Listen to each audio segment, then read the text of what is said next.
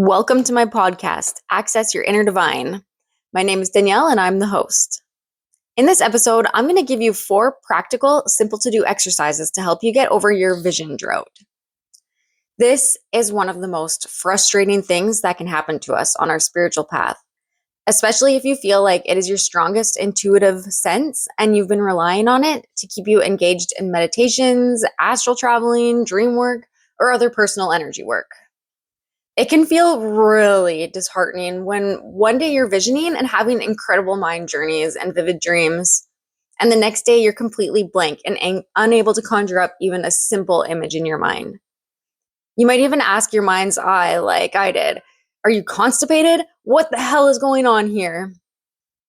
When I first started experiencing these droughts, I would drop into a super low state of mind and wonder if I had done something to lose this ability. Almost like I was being punished by the universe for something. But that thinking only made me feel even more disconnected.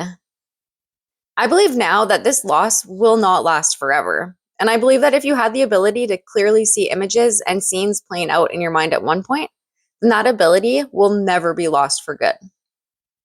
With these simple exercises and with a healthy dose of patience and faith in your ability to begin opening your inner sight sense again, I believe it will come back and it will flourish again. So without further ado, I'm going to share with you the 4 easy and simple things I do to coax this ability back when I feel like it's in a turned off phase. Number 1, memory recall and writing down every visual detail that you can remember.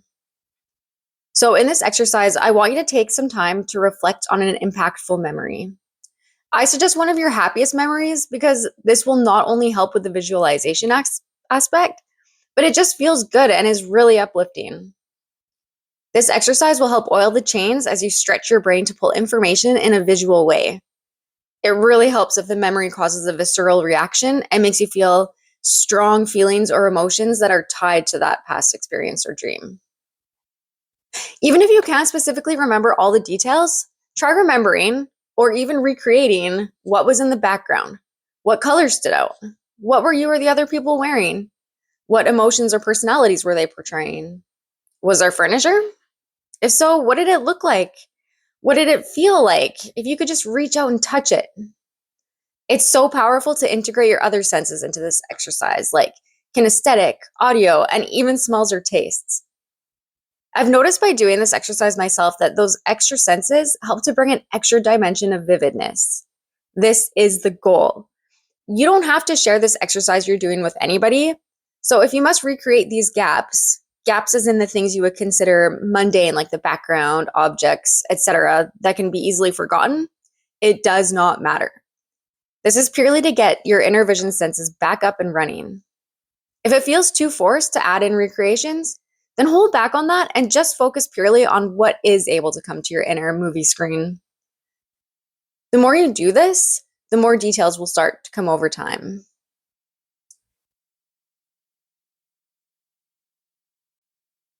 Number 2, reading a fiction novel or a story. When was the last time that you embarked on a journey through a visually captivating novel? One that you couldn't put down, or one that you just couldn't stop thinking about after you finished it? It doesn't matter if you read a physical book or if you decide to listen to an audiobook instead. If you can find a fiction novel that stretches and plays with breaking the rules of reality, therefore pushing your brain to creatively induce images, as most science fiction can, for example, this can be one of the quickest ways out of a dream drought or visioning slump.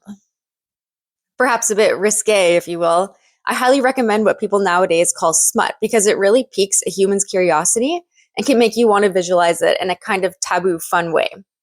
If you don't know what smut is, give it a Google search and see if that is something you might be interested in giving a try.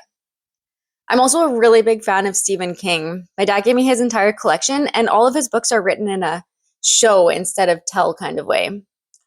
Some scenes can be quite grotesque and shocking.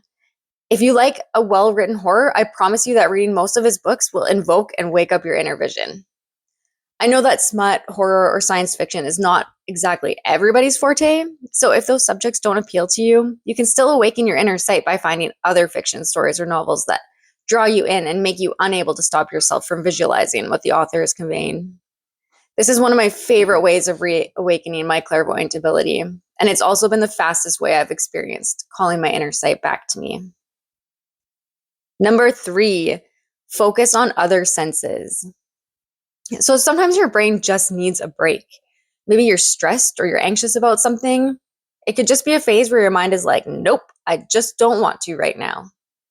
When you are going through a hard time, received life-changing news, or going through an illness, or dealing with anything in your life that you find hard to cope with, it can put your inner vision on the back burner. My longest vision drought lasted during the period of my life when I woke up to my youngest child, who was 9 at the time, having an epileptic seizure. It was before we got the official diagnosis that he had epilepsy. The seizure and the uncertainty of what was happening to him, and even the clarity of diagnosis, was a huge, unexpected shock that I was not ready or prepared for. During a few months during that time, I was unable to dream, see images in guided meditations, or come up with any visions of my own. It can feel really disheartening when you feel like you've lost the ability, but it gives you the opportunity to take some time to work on processing events, situations, and circumstances that are happening in your life. Sometimes our spirit puts it away so we can focus on our physical and emotional needs in a different way. Or perhaps it's an invitation to focus on developing or using your other senses. Senses like feeling or listening. For example, if you're wanting to do energy work on yourself, but you can't visualize like you could before, this would be a great time to focus on feeling sensations. When I go through a vision drought, I find that I can really connect on a deeper level with how I'm physically or emotionally feeling without being distracted or having those sensations skewed by the visions or images my brain is trying to interpret.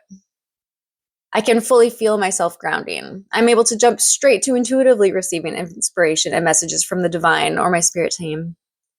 And if I allow myself to take or allow a break from visioning, it always comes back. And it comes back in a way that isn't forced. It honestly really just feels nice to give up that controlling urge and just roll with what you can work with and deepen in the meantime. Number 4, looking at a familiar object with a new perspective. Pick up an object you see or use frequently. I want you to look at it as if you've never seen it before. Really examine it. Notice or write down details that you never noticed before. The longer that you do this, the more vivid the details will become and the more will kind of start to jump out at you.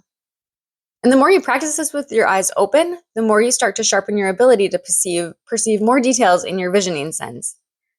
You can take this exercise to a deeper level by closing your eyes and trying to recall as much detail as possible of the object you picked up and examined. Do this frequently and with patience, and you'll notice a difference, likely in a very short period of time. So I'm always open to hearing from you. So let me know how these exercises went. I hope that this has helped. And if it did, please subscribe to hear more. Until next time, thank you for listening and happy visualizing.